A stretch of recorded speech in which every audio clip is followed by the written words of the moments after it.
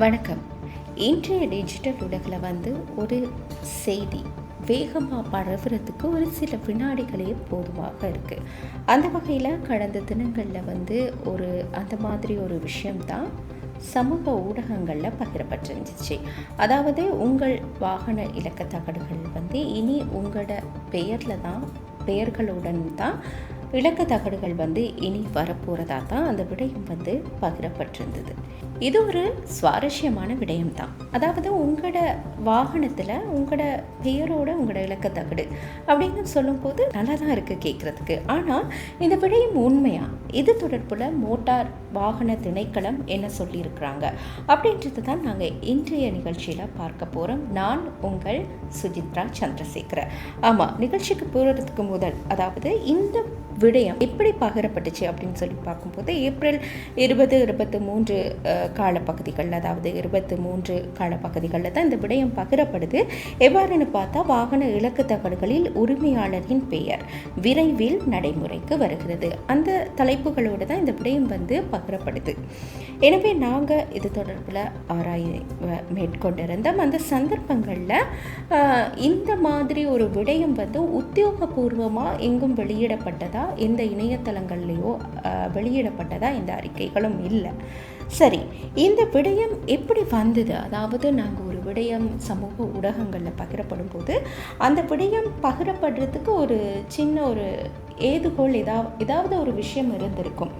அது என்னவா இருக்குது அப்படின்னு சொல்லி நாங்கள் ஆராயும் போது கடந்த மாதம், அதாவது ஏப்ரல் 21 அரசாங்க நிதி பற்றிய குழுவின் கூட்டத்திற்கு மோட்டார் போக்குவரத்து திணைக்கள அதிகாரிகள் அழைக்கப்பட்டிருந்தாங்க. இந்த சந்தர்ப்பத்தில் பல விடயங்கள் அங்கு விவாதிக்கப்பட்டிருந்தது. அதாவது போக்குவரத்து துறை சம்பந்தமான விவாதங்கள் இருந்தது. அதே மாதிரி வாகன இலக்கு தகடுகள் சம்பந்தமாகவும் அங்கு அதிகாரிகளிடம் கேள்விகள் எழுப்பப்பட்டது, தெளிவுபடுத்தல்கள் வழங்கப்பட்டிருந்தது.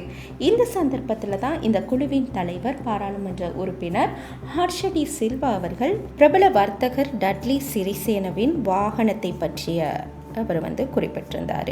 இந்த அவருடைய வாகனம் மற்றும் அவருடைய வாகன இலக்கு தகடு தொடர்பில் கடந்த காலங்களில் சமூக ஊடகங்களில் பெரிய ஒரு பேசு பொருளாகவே இருந்தது. அந்த விடயத்தோடு தான் கேட்கப்பட்ட ஒரு விஷயம்தான், ஏன் அவரது வாகனத்தில் டட்லி அப்படின்ற பெயரோட அந்த வாகன இலக்க தகடு வழங்கப்பட முடியாதா, இல்லாட்டி பெயரை பொறிக்க முடியாதா அப்படின்ற ஒரு கேள்வியை ஹர்ஷடி சில்வா அதிகாரிகள்கிட்ட எழுப்பியிருந்தார். இந்த சந்தர்ப்பத்தில் மோட்டார் போக்குவரத்து திணைக்கள அதிகாரிகள் ஒரு விடயத்தை தெரிவிக்கிறாங்க. அவங்க தெரிவித்த விடயம் தான் நிச்சயமாக சேர்க்க முடியும். அதாவது வாகன இலக்க தகடுகளில் நிச்சயமாக சேர்க்க முடியும். அந்த திட்டம், அதாவது அந்த திட்டத்தை நடைமுறைப்படுத்துறதுக்கு அதை அறிமுகப்படுத்துறதுக்கு அரசாங்கம் திட்டமிட்டிருக்கு அப்படின்றத தான் அவங்க கூறியிருந்தாங்க. எந்த இடத்துலையுமே அவங்க கூறலை இந்த திட்டம் விரைவில் நடைமுறைப்படுத்த போகுது. அதாவது இனி நீங்கள் வாகன தகடுகளை பெற்றுக்கொள்ளும் போது அடுத்து, அதாவது உடனடியாக உங்களுடைய பெயர்களுடன் தான் அந்த வாகன தகடு இன்றைக்கு நாளைக்கு கிடைக்க போகுது அப்படின்ற ஒரு வார்த்தையை அவங்க சொல்லலை. அவங்க சொல்லியிருந்த விடயம் அரசாங்கம் இதை அறிமுகப்படுத்துறதுக்கு திட்டமிட்டுருக்காங்க. அதாவது இதுக்கான நடைமுறைகள், சாத்தியப்பாடுகளை பார்த்துட்ருக்காங்க அப்படின்றத தான் தெரிவிச்சிருந்தாங்க. அப்போ இதை தெரிவிச்சிருந்த சந்தர்ப்பத்தில் அடுத்ததாக கேட்கப்பட்ட கேள்விகள், அதாவது மோட்டார் போக்குவரத்து திணைக்கள அதிகாரிகளிடம் அடுத்ததாக கேட்கப்பட்ட ஒரு கேள்வி தான், இது எப்போது நடைமுறைக்கு வரும்? அதாவது இது திட்டமிட்டிருக்காங்க, இது நடைமுறைக்கு வர்றதுக்கு எவ்வளவு காலம் எடுக்கும் அப்படின்ற கேள்வியை கேட்டிருந்தாங்க. இந்த கணினி கட்டமைப்பில் மேம்படுத்தல் நடவடிக்கைகள் இன்னும் நடைபெற்றிருக்கு. மேம்படுத்தல் நடவடிக்கைகளை மேற்கொள்ளணும். அதாவது கம்ப்யூட்டர் சிஸ்டம், மோட்டார் போக்குவரத்து திணைக்களத்தின் கம்ப்யூட்டர் சிஸ்டத்தை அப்கிரேட் பண்ணணும். அதிலிருந்து ஒரு 6 மாத காலத்துக்கு பிறகு தான் இந்த வாகன இலக்க தகடுகளில் உரிமையாளர்களின் பெயரோடு வாகன இலக்க தகடுகளை வழங்குறதுக்கான நடவடிக்கைகளை மேற்கொள்ள முடியும் அப்படின்னு சொல்லியிருந்தாங்க. அப்போ இதில் நாங்கள் முக்கியமாக பார்க்க வேண்டிய ஒரு விஷயம் இருக்குது. என்னென்னா, வாகன இலக்க தகடு, அதாவது இந்த கம்ப்யூட்டர் சிஸ்டமை அப்கிரேட் பண்ணுறதுக்கு ஒரு குறிப்பிட்ட காலம் எடுக்கும். அது எவ்வளவு காலம் அப்படின்றத திணைக்கள அதிகாரிகள் தெரிவிச்சிருக்கல அந்த கூட்டத்தின் போது. அப்போ அதுக்கும் பிறகு ஒரு 6 மாதத்துக்கு பிறகு தான் அந்த சிஸ்டம், அதாவது பேரோட இலக்கத்தகடுகளை வழங்குகிற சிஸ்டத்தை வந்து மேற்கொள்ள முடியும். அப்போ இதுக்கு ஒரு குறிப்பிட்ட காலம் எடுக்கும். இதுக்கு எப்படி கட்டணங்கள் அறவிடப்படும் அப்படின்ற ரீதியிலையும் அந்த கூட்டத்தின் போது கேள்விகள் எழுப்பப்பட்டிருந்தது.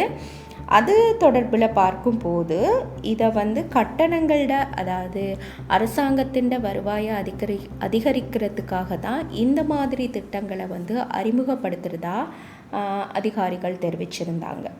அப்போ இதில் கட்டணம் எப்படி இருக்கும் அப்படின்னு சொல்லி பார்க்கும்போது, தற்போதுள்ள முறைப்படி தங்களுக்கு பிடித்தமான, அதாவது நாங்கள் ஒரு ஃபேன்சி நம்பர் எடுக்கிறது சிலருக்கு ஒரு விருப்பமான விடயமாக இருக்கும். எந்த ஒரு விஷயத்தில் எங்களோட ஃபோன் நம்பராக இருக்கலாம், ஃபேன்சி நம்பர்ஸ் எடுப்பாங்க. அது மாதிரி வாகன உரிமையாளர்களுக்கும் அந்த விருப்பங்கள் இருக்கும். அந்த ஃபேன்சி நம்பர்ஸ் இப்போ இருக்க சிஸ்டத்தின் படி ஃபேன்சி நம்பர்ஸ் எடுக்கிறதுக்கு 1 லட்சத்திலிருந்து 10 லட்சம் வரையான கட்டணம் அறவிடப்படுது. அதாவது அவங்க எடுக்கிற இலக்கத்தை பொறுத்து அந்த கட்டணங்கள் அதிகரிச்சுட்டு போகும் அப்படின்றது தெரிவிச்சிருந்தாங்க.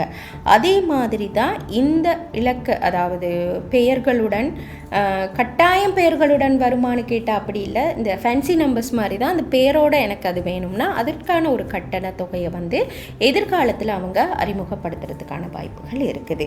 அதே மாதிரி இன்னொரு விஷயம் நாங்கள் பார்க்கணும். இப்போ இனி வரப்போகிற, அதாவது இப்போ இருக்க இலக்கத்தகடுகளில் வழங்கப்படுற இலக்கத்தகடுகளில், அதாவது முதல்ல இந்த ப்ரொவின்ஷியல் ஐடென்டிகேட்டர்ஸ், அதாவது மாகாண அடையாளங்கள் இருந்துச்சு. அதாவது நீங்கள் மேல் மாகாணமாக இருந்தால் வெஸ்டர்ன் ப்ராவின்ஸ் WP அப்படின்ற ஒரு குறியீட்டோட, ஒரு அடையாளங்களோட தான் உங்களோட வாகன இலக்கத்தகடுகள் இருந்தது.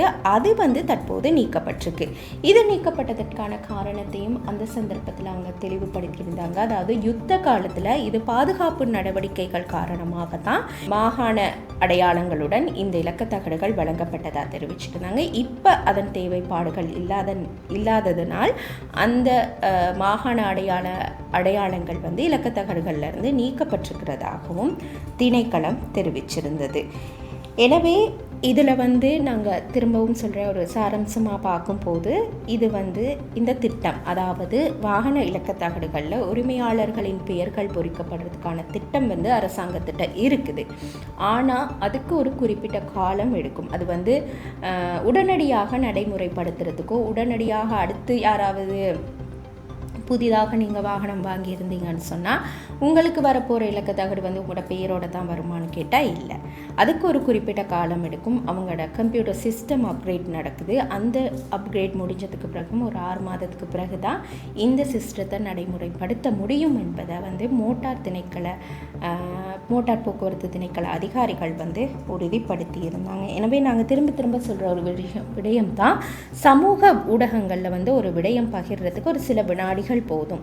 ஆனால் அது தொடர்பான உண்மைத்தன்மை அப்படின்றது கொஞ்சம் காலத்துக்கு அப்புறம் தான் தெரிய வருது. காரணம், நாங்கள் அதை அந்த நிமிடமே பகிர்ந்துடுறோம், அந்த நிமிடமே நம்பி விடுறோம். சமூக ஊடகங்கள்ட்ட பகிரப்படுற விடயம் உண்மையாக இருக்கும். சில செய்தி நிறுவனங்கள் கூட இதை தீர விசாரிக்காமல் சில செய்திகளை வெளியிடுறதும் இதுக்கு ஒரு காரணமாக இருக்குது.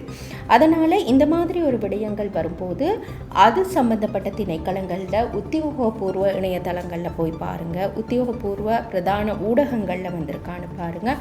அப்படி இல்லைன்னா ஃபேக்ட் கிறிஸ்டோ நாங்கள் இருக்கோம். இது மாதிரி தகவல்களை தான் உங்களுக்கு கண்டறிஞ்சு சொல்கிறதுக்கு நாங்கள் காத்துட்ருக்கோம். எனவே நீங்கள் அது மாதிரி சந்தேகங்கள் இருக்கும் பட்சத்தில் நீங்கள் எங்களுக்கு உட்படுத்தலாம். உட்படுத்த வேண்டிய தொலைபேசி இலக்கம் 077-1514-696 அப்படின்ற இலக்கத்திற்கு அழைத்து உண்மை கண்டறியும் ஆய்வுகள், அதாவது சில விடயங்கள் சமூக ஊடகங்களில் குறிப்பாக ஃபேஸ்புக்கில் பகிரப்படுற விடயங்கள் தொடர்பான சந்தேகங்கள் இருக்கும் பட்சத்தில் நீங்கள் அதை எங்களுக்கு உட்படுத்தக்கூடியதாக இருக்கும். அது மாத்திரமன்றி நாங்கள் இந்த சொன்ன விஷயம் மாத்திரம் இல்லாமல் பல உண்மை கண்டறியும் ஆய்வுகளை ஃபேக்ட் கிரசெண்டோ ஸ்ரீலங்கா தமிழ் அப்படின்ற எங்களுடைய இணையதளத்துக்கு நீங்கள் சென்றீங்கன்னா பார்க்கக்கூடியதாக இருக்கும். அது மாத்திரமன்றி இதே ஆய்வுகளை நாங்கள் வீடியோ வடிவிலும் தாரோம். நீங்கள் ஃபேக்ட் கிரசெண்டோ ஸ்ரீலங்கா தமிழ் அப்படின்ற ஃபேஸ்புக், இன்ஸ்டாகிராம், டிக்டாக், யூடியூப் பக்கங்கள்லேயும் நீங்கள் எங்களோட காணொளிகளை அன்றாடம் காணக்கூடியதாக இருக்கும். அன்றாடம் நாங்கள் செய்கிற உண்மை கண்டறியும் ஆய்வுகளை நீங்கள் உடனுக்குடன் பார்க்க வேணும் அப்படின்னு நினச்சிங்கன்னா ஃபேக்ட் கிறிஸ்டின் ஸ்ரீலங்கா அப்படின்ற எங்களோட வாட்ஸ்அப் சேனலை நீங்கள் ஃபாலோ செய்து வைத்துக் கொள்ளுங்கள். அதில் உடனுக்குடன் நாங்கள் செய்கிற ஆய்வு கட்டுரைகளை நாங்கள் ஷேர் பண்ணிட்டு வருவோம். நீங்கள் அதையும் பார்த்து கொள்ளக்கூடியதாக இருக்கும். எனவே இது போன்ற இன்னும் ஒரு உண்மை கண்டறியும் ஆய்வுடன் உங்களை சந்திக்கும் வரை உங்களிடமிருந்து விடைபெற்றுக் கொள்கின்றோம். நன்றி, வணக்கம்.